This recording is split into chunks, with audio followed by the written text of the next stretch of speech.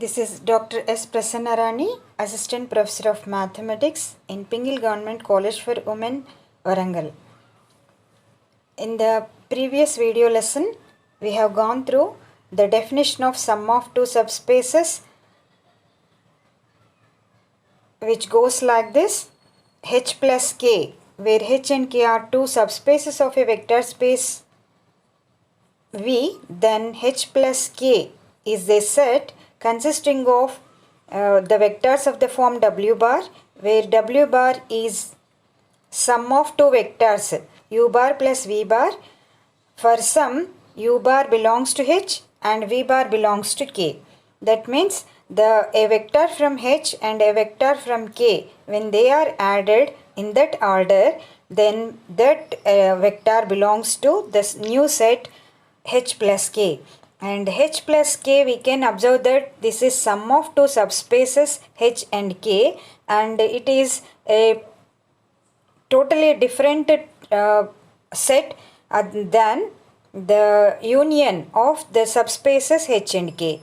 H union K consists of all the elements which are either in H or in K, whereas H plus K is a sum of two subspaces and consists of the vectors, a sum of two vectors taken from both the spaces H and K in that order respectively.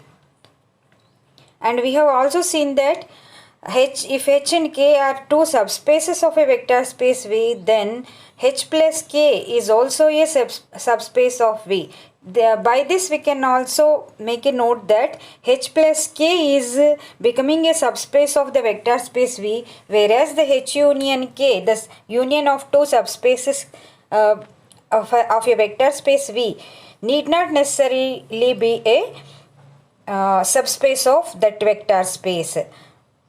That may or may not be a subspace of vector space V, the union. But whereas H plus K, the sum of two subspaces, is always a subspace of V whenever the two sets H and K are themselves subspaces for the vector space V. We have gone through the proof.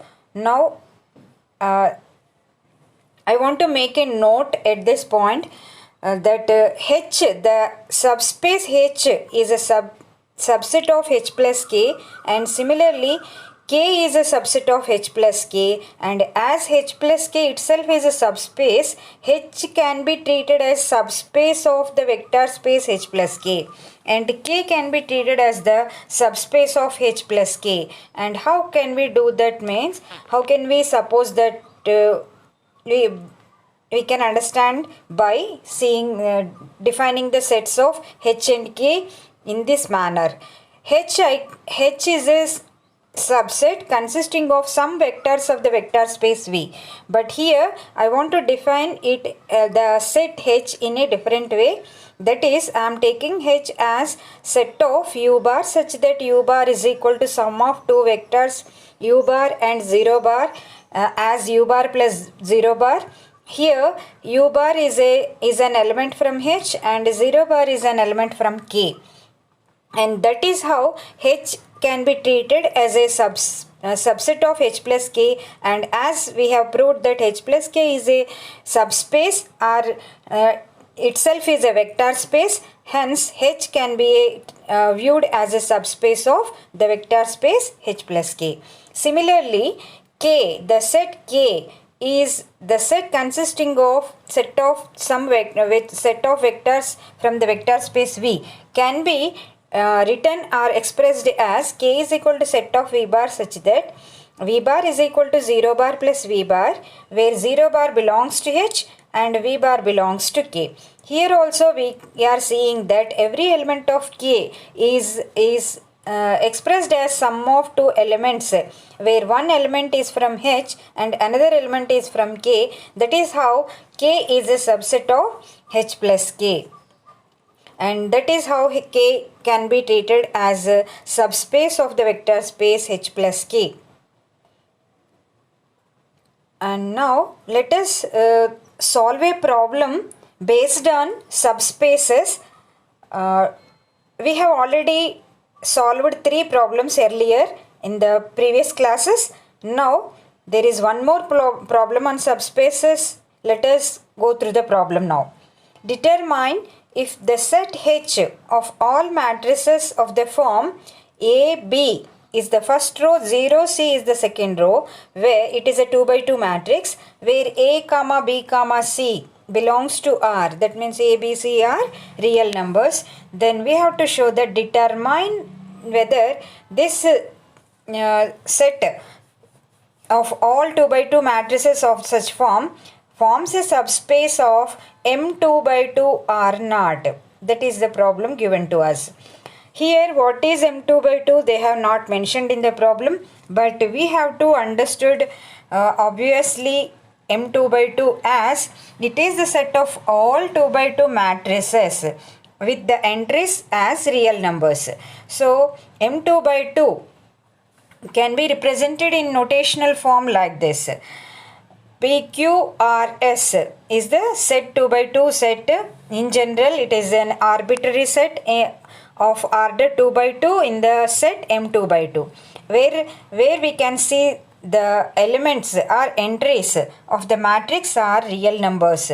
So M2 by 2 is equal to set of all 2 by 2 matrices of the form PQRS, where PQRS elements belongs to capital R, is a vector space. This we already know. Now consider the given set in notational form, and we can see that H is equal to set of all elements 2 by 2 matrices of the form AB 0C such that ABC belongs to R.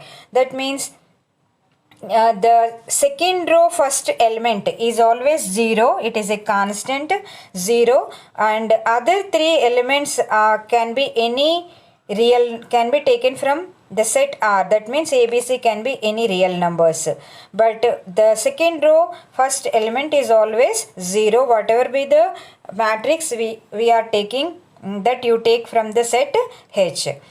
Now I can say that obviously H is a subset of M2 by 2, because H, first of all, it is a 2 by 2 matrix, and whatever be the entries we are taking in the set H are nothing but the real numbers. That is how H is a subset of M2 by 2, the set of all 2 by 2 matrices with entries as real numbers.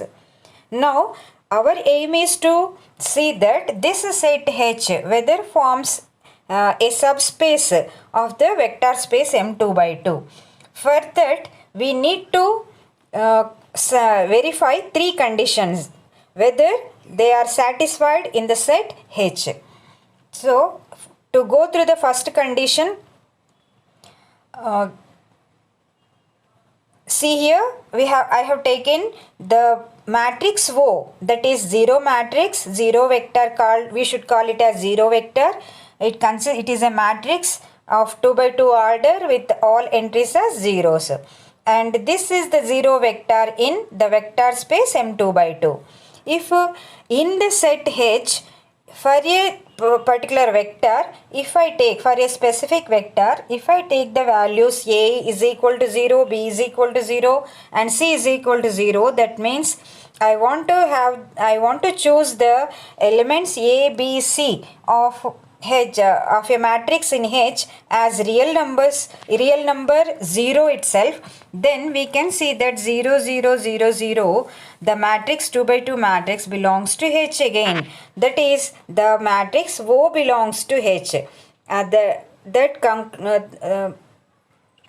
gives the conclusion that 0 vector exists in H. 0 vector is in H. So the first condition of existence of identity element, the existence of additive identity or the 0 vector in H is satisfied. Now move on to the second condition, wherein we have to show that the sum of two vectors u bar plus v bar is again in H whenever u bar and v bar belongs to H. So I have taken two vectors u bar v bar in H, and as they are in H, by the definition of H, u bar should be a 2 by 2 matrix of the form A1 B1 as first row, 0 C1 as second row, and V bar should also be a 2 by 2 matrix of the form A2 B2 as first row and 0 C2 as second row, and these entries A1 B1 C1 A2 B2 C2 from the two vectors are nothing but the real numbers.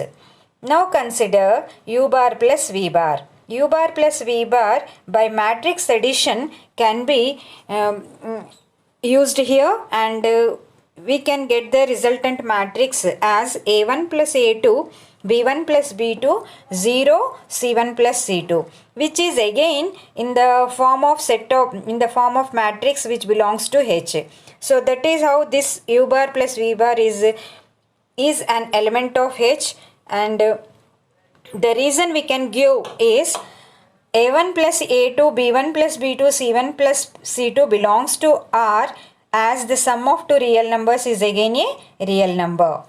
And we are using the definition of H, and where we see that every element of H consists of second row first element as 0 and other elements as real numbers.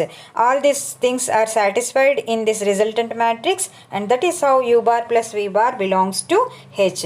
And we can give the conclusion that by the second in this second bit, that vector addition is satisfied in H. Now moving on to the third condition, wherein we have to show that scalar multiplication exists in the set H. For that we need a scalar and a vector. So I am taking a scalar k. It is any scalar, and U bar is an element of H.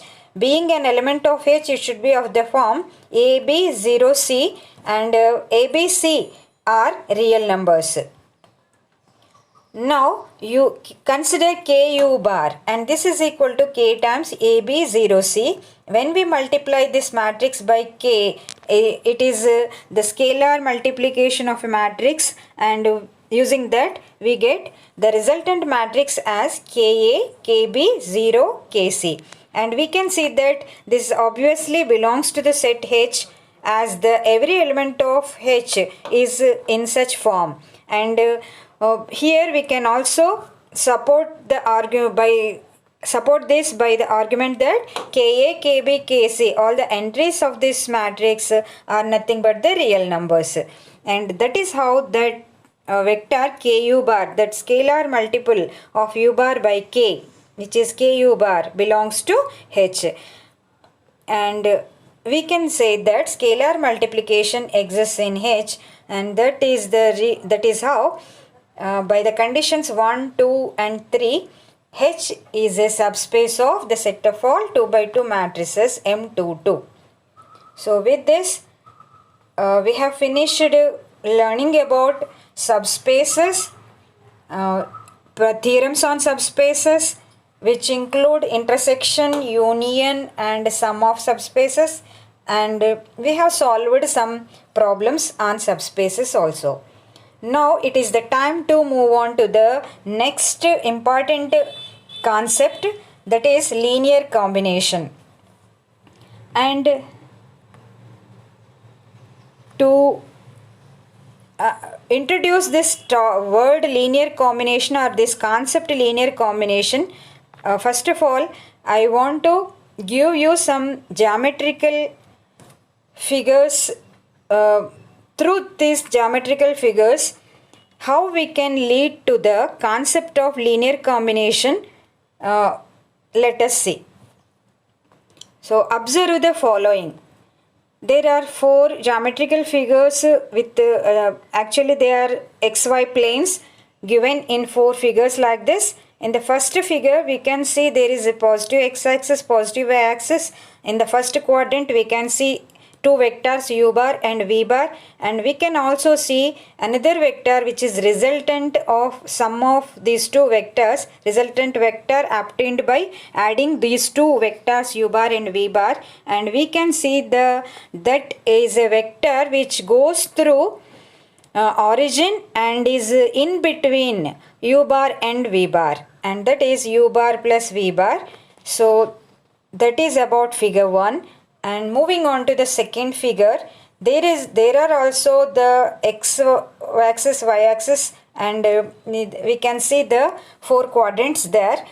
U bar is in the first quadrant, and V bar just above the negative x axis. We can see V bar in the second quadrant, and extending that V bar, I have shown some other vector also, which is scalar multiple of V bar by 2, and that means double the magnitude of V bar, and in the same direction it is 2 V bar. Now I am showing another vector in the second quadrant itself, which is denoted as U bar plus 2 V bar. This we can understand that this vector is the resultant vector obtained by adding U bar in the vector which is in first quadrant and 2 V bar which is in second quadrant. We get some vector U bar plus 2 V bar passing through origin and somewhere in between U bar and V bar. It need not necessarily be in the second quadrant. Just to give as an example, I have taken it in the second quadrant. It may be, depending on the values in the vectors U bar and 2 V bar, that may be in the first quadrant also. And moving on to the third figure, here also I have taken the XY plane with 4 quadrants. And here I have taken U bar in the second quadrant, and 1/3 of U bar, which is a scalar multiple of U bar by 1/3, which will have the magnitude 1/3 of U bar and the same direction as U bar, and it is given in the figure by 1/3 U bar like this in the second quadrant. And I have taken V bar in the first quadrant just above the positive x-axis, and I have taken a scalar multiple half V bar, which is represented in the vector V bar itself as half V bar, and that is also in the first quadrant. Now half 1/3 U bar plus half V bar, which is the sum of the two vectors.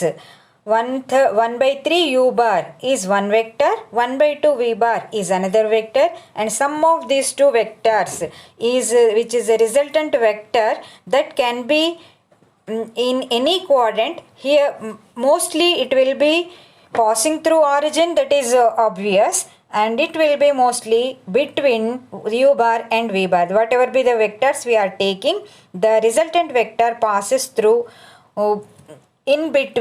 lies in between those two vectors, and that is how 1/3 U bar plus 1/2 V bar I have shown like that there. Now moving on to the last figure, wherein also I have taken XY plane, and I have taken U bar in first quadrant, and 3 times of U bar, scalar multiple of U bar by 3 is also is just obtained by extending the vector U bar, and we can see 3 U bar is the vector lying in the first quadrant as U bar, and V bar is a vector in second quadrant, and 4 times of it, which is a scalar multiple of V bar by 4 V bar is again a vector. It can be obtained just extending V bar with the magnitude 4 times of V bar and with the same direction, that is 4 V bar there. Now for 4 V bar we can see here it lying in second quadrant. The negative of 4 V bar, which is minus 4 V bar, just lies just opposite to it, passes through origin also, and it will have minus 4 V bar will have same magnitude as 4 V bar but opposite direction. That is how minus 4 V bar is in fourth quadrant. Now I want to obtain the sum of the vectors 3U bar and minus 4V bar. As I said earlier, that will be the resultant vector, whatever it is, it will pass through origin first of all, and then it lies between, somewhere in between these two vectors 3U bar and minus 4V bar. That is how I have shown it as 3U bar minus 4V bar in the first quadrant. Depending on the values, it may lie in the fourth quadrant also. Now let us draw some conclusion. which connects all these geometric figures with a unique concept, which I call it as linear combination. And how it goes, let us see. Let us draw the conclusions from all these four figures. In one, I can say that u bar plus v bar is another vector which is a linear combination of the vectors u bar and v bar with scalar coefficients 1 and 1. In the figure 2, u bar plus 2v bar is a vector which is a linear combination of the vectors u bar and v bar with the scalar coefficients 1 and 2. So u bar in the figure 2 we can observe u bar plus 2v bar is the resultant vector, and I am saying that it is a linear combination of the vectors u bar and v bar with the scalar coefficients 1 and 2. And now moving on to the third figure, we can see that 1 by 3 u bar plus 1 by 2 v bar is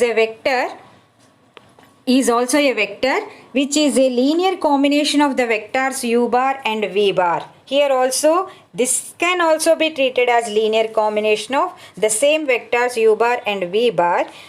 Not the same, this is pertaining to the figure 3, but there are two vectors. So 1 by 3 u bar plus 1 by 2 v bar is the linear combination of the vectors, two vectors u bar and v bar. Here the scalar multiples are, we can say the scalar coefficients are 1 by 3 and 1 by 2. And finally, in the figure 4, 3u bar minus 4v bar is a vector which is a linear combination of the vectors u bar and v bar with the scalar coefficients 3 and minus 4. Even though it is appearing as a difference of 3u bar and 4v bar, basically it is also an addition vector of u bar, 3u bar and 4v bar, because it can be written or expressed as 3u bar plus minus 4v bar. So 3u bar minus 4v bar is also an addition vector obtained by adding 3u bar and 4v bar minus 4v bar. So from all these four inferences which are drawn from the above four figures, we can say that we can come to a general conclusion that a1 u1 bar plus a2 u2 bar plus so on plus an un bar. That means I have taken scalar multiples of some vectors and I have added all of them, and I am taking sum of all the scalar multiples of some vectors, and I am calling it as I am saying that from the above four figures we can have this inference, drawing the inferences from the four figures. I can say that this single vector a1 u1 bar plus a2 u2 bar plus so on an un bar is nothing but a linear combination of vectors u1 bar, u2 bar, so on un bar with the coefficients as scalars a1, a2, so on an. And we can also see that this resultant vector, which we are calling as linear combination of all these vectors, is a single vector. As it is a sum, we are going to get a single vector, and that vector is nothing but linear combination of all those vectors u1 bar, u2 bar, so on un bar, and n can vary, n can take any integral value, positive integral value.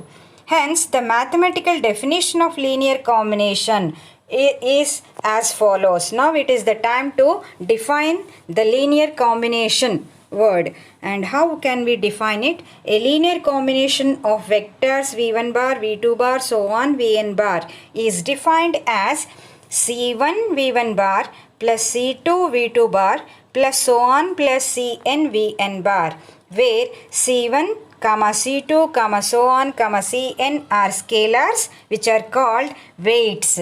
So in this linear algebra, in the context of linear algebra, we are going to call the scalars as weights when they are considered in a linear combination. Now I want to make a note here.